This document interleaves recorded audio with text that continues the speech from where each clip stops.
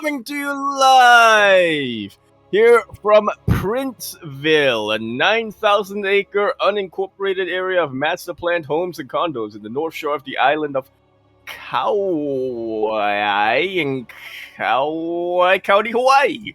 We're here today with the 18th edition of Sparkling Tuna Cup, number 18. I am once again your host, Yaku of Yakuzaku, and with me today is la promotora del fitness que dirige todo el negocio, Light_VIP. How we doing, Light? What's up, Yaku? Yes, it is great to be back again. We have been a little bit inconsistent with these tournaments, but now we have finally got this show on the road. And what I love to see is some new signups. Exclamation mark be in the chat, everyone, if you want to have a look at the bracket, because our tournament is open to every single region. And as always, we have players coming in from all over the world. Oh yeah, including for the first time, I believe, our player spawning in over here in the bottom right-hand corner of the map, all the way in the bottom right-hand corner of Cosmic Sapphire. He is our Green Terran player coming down from the land of Spain, representing Platinum Heroes. He is AqueroN. And spawning in the top left-hand corner of Cosmic Sapphire ESL, we have the South Korean Zerg player himself, representing Team ZDCBAC. BSC. It is INnoColoR. What is that? That's like the bongo cat, but not a cat. Wait, there's something like protruding. Is that an ear?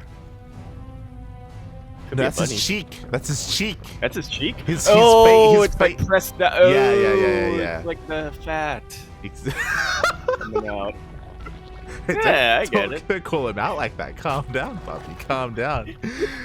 Oh god, but yeah, it's great to be back here for another Sparkling Tuna Cup, and as you were pointing out, I felt like it was very special to see some players that we haven't seen before, and I wanted to show them off, you know, while we still could. Yeah, two brand new players coming out here. One of them, of course, being a little bit more high profile than the other, but should be a pretty exciting match nonetheless. Oh yeah, definitely. Again, AqueroN is one of the more well-known players, you know, playing in DreamHack, competing in the European scene. INnoColoR, I myself am not too familiar with him. I'm getting some like DRG Link vibes from him, you know, a fan of innovation perhaps, and has that incorporated into his game, his name, sorry, maybe not. That makes a lot more sense, yeah. I was thinking like his brother or something. I don't think his brother would. Sister. One of his siblings. Shaking my head. Oh god, but so far openers are looking pretty standard, and again, I'm not too sure like how good of a player INnoColoR is, so I'm here ready to be impressed. Yeah, already we see him doing something, I mean, pretty standard coming out from him. You know, 3 hatch coming down, hatch gas pool, I believe, was his opening. He went for a hatch first, is my point. Yeah, hatch gas pool, so everything's looking pretty standard. Ooh, but AqueroN is going to be able to get a snipe on that first creep tumor, so nice control so far here by AqueroN. Behind this, we see another standard opener. We do see a bit of a 1-1-1 here coming out from our Terran. Yeah, I'm curious to see where he goes from here. You know, usually, I think a lot of players, when they face somebody for the first time, they like to go something a little bit standard just to be able to suss out their opponents. They like to, you know, open up in a more balanced approach. But if I remember anything about AqueroN from when we covered him playing in EU tournaments, he is an absolute mad lad. Oh yeah. Again, I love him. One of my favorite European Terran players, and we'll see how he can perform here in this tournament. Meanwhile, I don't know if you noticed, but this Marine went on a mission. Oh my god, he was already shooting away at the Overlord, denying the scout, and then he ran all the way around the entire map just to hunt it down. And I mean, that Marine now has 1 kill. That's commitment. That's insane. He's got 2 kills actually. He's got 2 right, the Zerglings. The Zerglings. Dude. Somebody promote this man. He's cracked, mate. He's cracked.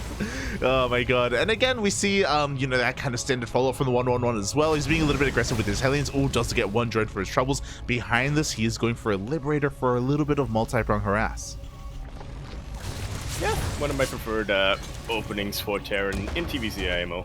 Gives you a lot of map control with the Hellions on the ground, and a lot of harassment potential as well. You're guaranteed to get at least one kill with that Liberator. Yeah, and I'll see if he even decides to actually send them apart, because the Madman is going for an armory behind this, so it's going to be a committed Hellbat push. If he wanted to, the Liberator could come to help support those Hellbats. Yeah, definitely a little bit odd to see a Liberator in place of a Banshee for a Hellbat push, but it makes sense. There's a lot of zoning potential with the Liberator, and on Cosmic Sapphire, I mean, I'm looking at the dead air potential for Liberator to kind of create those liberation zones. Oh, exactly. And already these Hellions are doing so great so far. We got one drone kill earlier. We do see a little bit of the creeping tonight as well. Nice target fire of the rocks to make that happen, by the way. A little bit of a micro trick. But, you know, instead of focusing on the Terran, like the Zerg player, he's done really well for himself droning up. Relatively greedy, fully saturated on 3 bases. Hasn't gone for any additional gases. Is going for his lair. What's scary is that he didn't get to see too much of the opener, so he doesn't know that Hellbats are going to be coming. And as a result, he doesn't have any Banelings ready for this. Yeah, he's gonna couple down now, but that's way too little too late. The Hellions alone inflicting a lot of damage on those Queens, and there's plenty more where that came from now that they're Hellbats. Oh, exactly. We'll see if the Baneling's going to finish, and 2 of them get denied. Only 1 will get done. And it's not even gonna connect. The Lings are just being completely evaporated, but I'm really liking the sort of ball of Queens that INnoColoR has here, keeping them at a distance as well. Liberator, meanwhile, coming in from the back line, will get a lot of them. Worker kills. Oh my god, that's insane, because it wasn't just 1, it was 2. 1 Liberator in each base. The Hellbats didn't break through. A very solid defense from INnoColoR, to be honest, but it's everywhere else where he fell a little bit. Yeah, and just like that, the worker count is even. That was INnoColor's big advantage, or the thing that INnoColoR really had going for him going into the mid-game. Yeah, that exactly. massive economic lead. Exactly, even the Hellion going in a little bit further just to deal a little bit extra damage here as well. Liberator in the main base still hasn't been cleaned up either, so we only have 2 bases mining here for INnoColoR despite his drone count. So overall, an opener well worth it for AqueroN, and behind this, the Madman is going for Mech. Yeah, I don't know why that surprised me. I think I just kind of forgot. Yeah. I think I just kind of forgot a little bit about the specifics of how AqueroN likes to play. In my mind, I made a mental note, AqueroN, Madman, but I didn't remember anything else about his playstyle. Yeah, it's like, this guy's crazy. Why is he crazy? I can't remember. Like, you know, because yeah. Exactly. And already 5 more drones going down. God, these Liberators have been so active and such a nuisance. Even here, resieging, repositioning, getting even more drones. Yeah, I love how well AqueroN has been able to really exploit the position between the bases right here, especially the main and the third. Little bit of dead air goes a very long way with Liberators. Yeah, and I'm afraid to look, but I'll check the units lost tab. 20 drones have gone down this game. 19 of them to Liberator harass, 1 of them to those Hellions. That's absolutely insane what AqueroN has been able to accomplish with this. And again, that was only a handful of Liberators. That was only 2. Actually, oh my god. That Literally was only 2 a handful, limbs. yeah. These Liberators have like 10 kills each. Oh. Well, okay. On average. Yeah, exactly. It's insane. 1 of them finally goes down. There's only 1 remaining. Meanwhile, here we go. AqueroN is going for a bit of a follow-up push. Inno's trying to go for a little bit of a Ling run by, but there was a full wall off here, so he has to go the long way around. There's not much protecting this third base, so maybe he can get some counter damage done.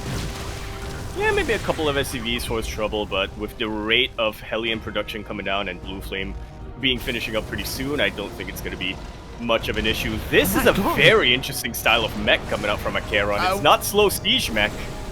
It's yeah. Is this Heart of the It's Swarm? kind of a mixed it's kind of a mixed bio-mech style. Mate, you thought Innovation was you thought this was Innovation's brother, but maybe he went to Spain, mate. Let's go! Like this is Hellbat drops or something that I haven't seen in a very long time. Aye. We do see Lingbane coming in from behind, but it's only really scattered in. Hellbats do drop on top of the Queens, but the Queens with Transfuse may be able to hold on. Well, we'll see if that makes a difference now that Blue Flame has finished up. The Queen's also fighting in range of one of those tanks, and that definitely helped a lot in the splash damage. And yeah, just like that, INnoColoR has been able to take out the Hellbats, but these tanks are standing strong, and AqueroN is not actually looking to reinforce this. Okay. Yeah, exactly. Not yet, anyway. He's content with the damage that he's done. I don't blame him for staying at home in case there was a Link counterattack instead, which was trying to do a little bit earlier. Finally, all the Hellbats have been cleaned up, but AqueroN, he got the base. He traded incredibly well. Didn't get too many workers, but look at that worker disparity between our two players. Yeah. I mean, I don't think I even need to mention or remind anybody about the potential of mules when AqueroN, the Terran player, is up 20 SCVs to the 55 drones of INnoColoR. Well, I mean, the other important thing to take note of here with this style of mech, by the way, because it's so active, because he's got even drop potential as well, he didn't go for a planetary as his third, which is a little bit more common amongst meching players. So that means he has more energy for mules, as you were saying. This is just absolutely insane. I don't even want to look at the income graph right here because I feel like it's just going to be a sea of green. It is, mate. It is. It's nothing but green. Here we go. Another push coming in across the map. We even have a couple of Thors, a bit of a Hellion run back here. Add to the third base. The fourth already under threat. Mutas are on the way, which can help if there wasn't already a Thor.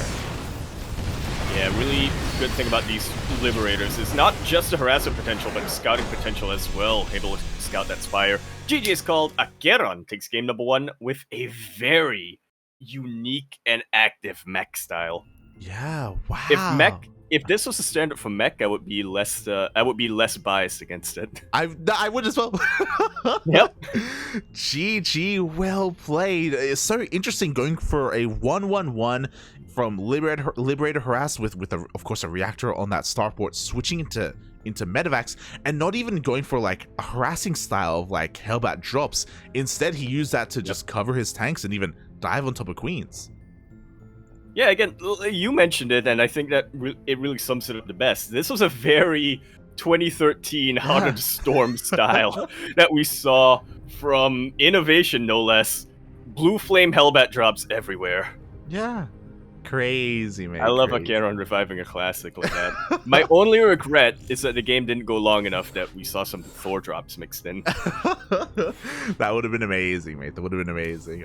But GG, well played to our Terran player. I also want to give a bit of a shout out to INnoColoR as well, because it was really impressive how he was able to defend against those frontal pushes. Like, those pushes had a hard time dealing damage. It was the Liberator harass, though, which he struggled to keep up with. Yeah, he had a really solid defense in the front line, but he had a couple of blind spots that AqueroN was really able to take advantage of. Yeah, unfortunately, all the Queens were needed on the front lines, right? So they weren't at home. They couldn't help against those Liberators. He really had to rely on his spores and being able to reposition and keep up in time and pull the drones. And it's all really difficult to kind of keep up with, especially when there's so much going on. Yeah, but I have a feeling that AqueroN is going to have a little bit more trouble with a drop-heavy style, or at least a Hellbat drop-heavy style here, as we go into our next map. Exactly. Here we go. We're going into game number 2, and we'll see if we have another different kind of build here from our Terran player, because I do remember him playing differently in DreamHack as well. I definitely would have recalled if I saw Hellbat drops, mate. I want to say I would too, but I would. But I don't think I can make that claim. Anyway, we're going to be continuing our series now on Tropical Sacrifice. We're in the top right-hand corner of the map, spawning all the way in the top right-hand corner. We, of course, have our green Terran player coming down from the land of España. He, of course, is going to be representing Platinum Heroes. Did we establish that we called for Platinum Heroes? I mean, it's a crow. Anyway, he is AqueroN. And spawning in, the bottom left-hand corner of Tropical Sacrifice ESL, we have the South Korean Zerg player himself going for a pool first opener. It is INnoColoR.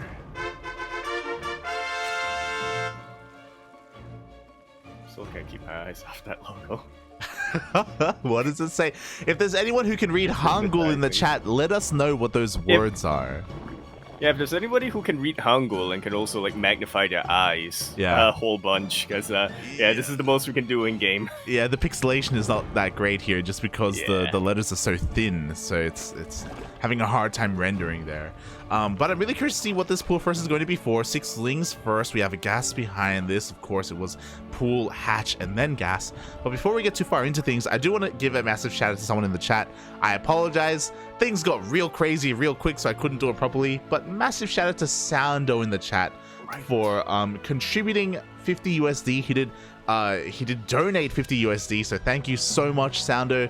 And also thank you so much for the Spanish intro redemption. Yes, we will get to that soon, but not for this series. Thanks for putting us one step closer to merch, Soundo. Thank you so much. We really do appreciate it. We already have a couple of things that we are working on with some of the funds that we have raised here on the channel, by the way, so it's a little bit of a teaser, but things are on the way, coming soon. Yeah.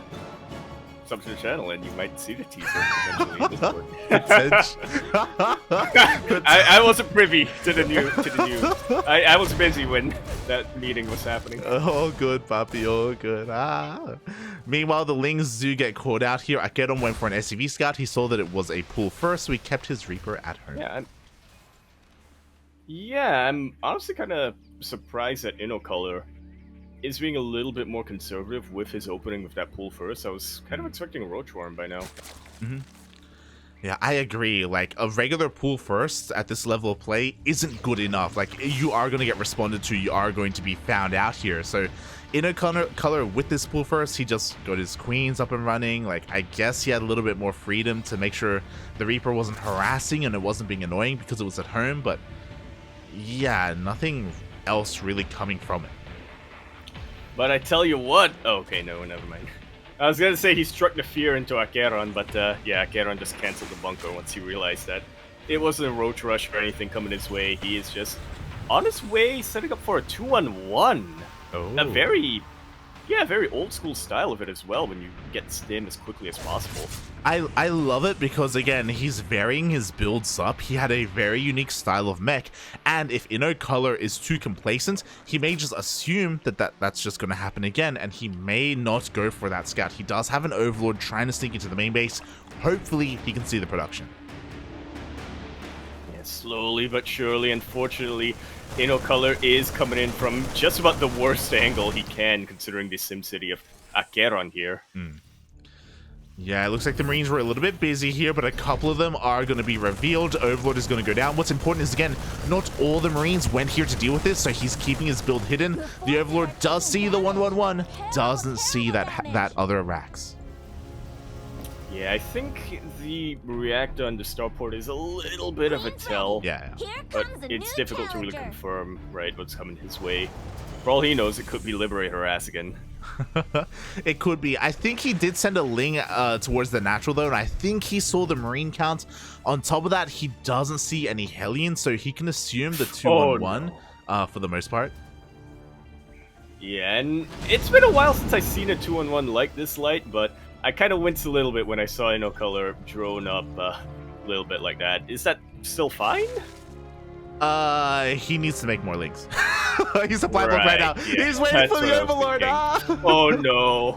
He can't even produce the Overlord. He doesn't have to. Okay. Yeah. Whew. It's Get the larva. Yeah, 16 lings are on the way immediately. Meanwhile, we have a drop into the main base. Ooh, a lot of dead space here in the main, but INnoColoR is aware of it. He's rotating everything over, all of his queens and lings to defend, and he should be okay. Oh, good. Yeah, he can definitely focus on the medevacs, and he should have enough lings to chase this back. Yeah, just like so. Yeah, exactly. His queen count is healthy enough. So far, these Marines haven't done too much yet, but they have all survived. And again, they can clear up some creep. They can catch some stray Overlords. They can catch Inno a little bit unawares if he isn't prepared. Yeah, but Inno is definitely prepared, and he's making sure he's covering all of his blind spots right now. He is keeping his tabs on those medevacs as much as possible and setting up a little bit of a bridge between his bases. Oh, definitely. Meanwhile, we have a reinforcing drop coming across the map as well. This is the second wave here of the 2-1-1. AqueroN has done a great job at keeping his Marines alive, and now they're going to be reinforced not just with more Marines, but there's even a Widow Mine mixed in here as well. And I just realized, like, the Baneling Nest has only now been thrown down. So this may honestly be enough Marines to go toe-to-toe with the Lings and the Queens as well. Yeah, I feel like a lot of this is going to come down to that Widowmine. How good is the shot going to be? Is there going to be any friendly fire either as well? Or there may just be too many Marines. Yeah, INnoColoR really having a hard time getting us around on top of this. Really good use of the choke point on the ramp. He is targeting down as many Queens, the high energy Queens, as he possibly can. That Widowmine has literally nothing to shoot right now because everything was killed by the Marines. GG is called, and AqueroN will take that series 2-0. He'll be moving on to face an opponent he already has waiting for him.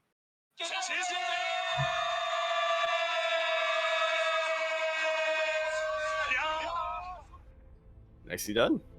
GG, well played, very well played here.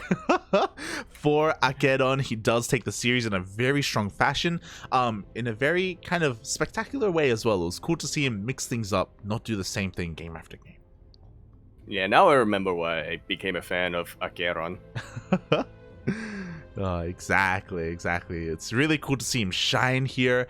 Again, unfortunately, that last game, INnoColoR was a little bit too greedy when it comes to droning after he stopped the initial wave, especially because he didn't kill the medevacs, or he didn't kill, like, from that first double drop, or killed too many Marines either. So he needed to take that follow-up push much more seriously. Yeah, it could have worked out for him if AqueroN went for a similar build that he did in game number 1, but we know AqueroN. He mixes things up a lot, and unfortunately that was just about the perfect style to counter the greed coming out from INnoColoR. Oh yeah, definitely. It was really cool to see, but my condolences to INnoColoR. I hope he isn't too discouraged. What I will say is that his play overall was still looking pretty solid overall in both games. Obviously he did end up, losing in the end, but like, I hope we get to see more of him. Yeah, really solid macro overall. Like, he was being a little bit greedy, but there were definitely a lot of moments where he got away with that greed. Yeah, exactly. He had a really nice queen count. He was responding well as well. So, GG, well played. As you were saying, AqueroN moves on to the next round, but things only get harder from here. Indeed, it does. Not just for our players, but for us as well, because we're going to be following AqueroN into a TvT against Keen. Well, actually, I say that, but I feel like both AqueroN and Keen are some of the least standard Terran players that we've gotten in Sparkling Tuna Cup. Yeah, I don't expect to see the most standard of TvTs. That's why I'm okay following this kind of progression, of this road here towards our semifinals. I look forward to this TvT as opposed to others. But Yaku, I'm going to give you this time to get ready, because we should be doing a bit of a Spanish intro here for these two. Yes. Where's my super secret translation software that I have here?